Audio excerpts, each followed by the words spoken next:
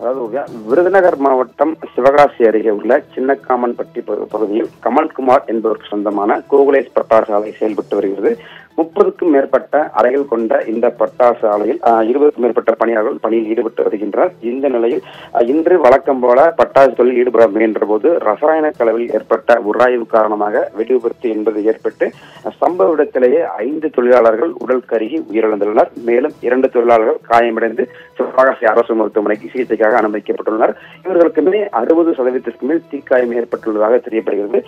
இந்த நிலையில் இந்த விபத்து குறித்து சிவகாசி காவல்துறையினர் வழக்கு பதிவு செய்து விசாரணை என்பது நடத்தி வருகின்றனர். சம்பவ இடத்தில் மாவட்ட காவல் கண்காணிப்பாளர் கண்ணன் மற்றும் மாவட்ட ஆட்சியர் சம்பவத்தில் நேரில் ஆய்வு மேற்கொண்டு வருகின்றனர். விருதுநகர் மாவட்டத்தை பொறுத்தவரையில் பட்டாசு விபத்துகளை தடுக்க பல்வேறு நடவடிக்கைகள் எடுக்கப்பட்டு வரக்கூடிய நிலையில் இந்த விபத்து பெரும் அதிர்ச்சியாக பார்க்கப்படுகிறது.